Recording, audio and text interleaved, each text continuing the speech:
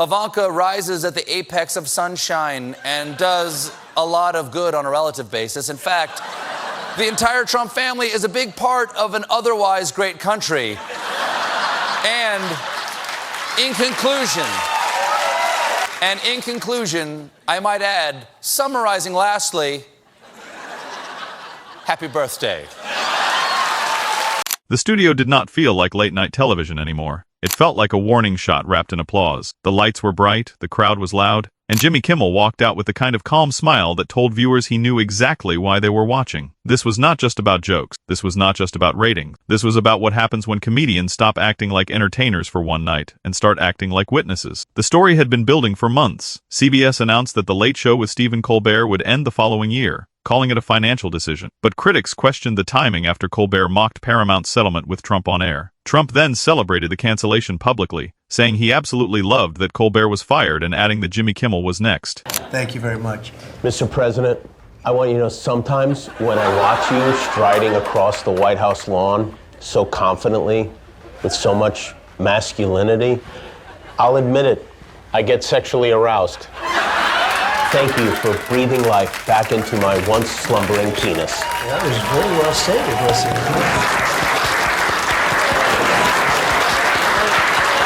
That's nice. You know what? You can find common ground. That line changed the mood around late-night television. This was no longer a normal feud between a president and comedians. It was a president openly enjoying the collapse of shows that criticized him. For many viewers, the celebration felt colder than any joke. Then came Kimmel. ABC had pulled Jimmy Kimmel Live off the air indefinitely on September 17, 2025, before Disney later announced the show would return on September 23. The controversy followed Kimmel's comments about Charlie Kirk's killing, while FCC pressure and affiliate concerns entered the public conversation. So when Kimmel returned under the lights, the room understood this was bigger than one monologue. It was about whether a comedian could still criticize power without fearing consequences. I cannot believe that Theodore is 8 months old today.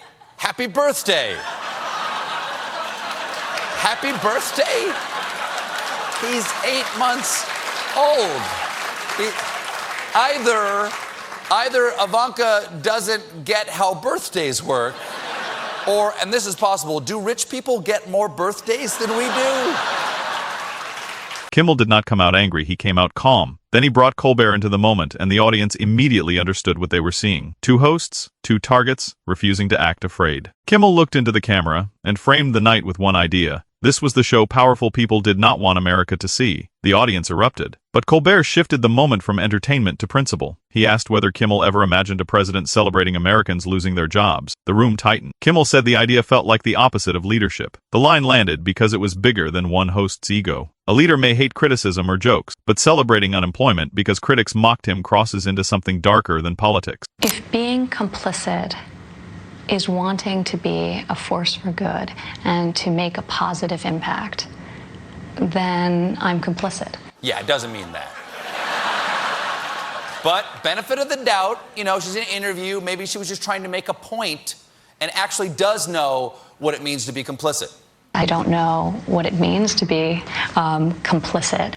Okay, Then Colbert reminded viewers that satire is part of democracy. Presidents have been mocked for generations in cartoons, sketches, and monologues. That is freedom breathing. Trump's mistake, as the segment framed it, was believing threats could make that freedom quieter. Kimmel then joked about Trump's reported obsession with reshaping public symbols into personal showcases. He said Trump treated the White House like a rental property, except he was not even the renter. He was a guest. The audience laughed because the joke carried truth underneath it. The White House belongs to the people. The microphone belongs to the public. The stage is not supposed to become a throne. That became the rhythm of the night. Joke, then truth. Laugh, then silence. Punchline, then principle. Kimmel and Colbert were not trying to prove they were untouchable. They were proving something more important. Intimidation works only when people stand alone. When the targets stand together, the threat starts to look smaller. That was the real message underneath the applause. Not celebrity, not ratings, solidarity. The idea that public pressure loses power when people refuse to isolate themselves from one another. The audience could feel that shift happening in real time, and it changed the energy inside the studio from entertainment into something that felt personal and historic. For older Americans watching at home, the moment carried deep memories. They remember when presidents were mocked and survived it. They remember leaders who understood that criticism came with the office. That is why the moment mattered. It was not just a television crossover. It was a reminder that free speech survives only when people use it. Trump's reaction only made the moment bigger. The more he attacked them as low-rated or irrelevant, the more people watched, the more he celebrated their trouble, the more audiences understood what was really being tested. Not whether every joke was fair, but whether powerful people could tolerate being laughed at. By the end of the broadcast, the laughter had become something more serious than entertainment. It sounded like resistance. It sounded like people remembering that laughter breaks the spell and takes fear out of the room. It reminds the audience that power is not the same as greatness, and volume is not the same as strength. Kimmel and Colbert did not defeat Trump by shouting louder. They did it by standing under the lights together and refusing to bow. One had been threatened, one had been cancelled. Both knew exactly what message had been sent, and both answered that message the same way, with a microphone, a joke, and the confidence that in America no president gets to own the punchline. Because when power tries to silence comedy, comedy stops being a sideshow. It becomes evidence. And on that night, the evidence was clear. The louder Trump pushed, the louder the room laughed back.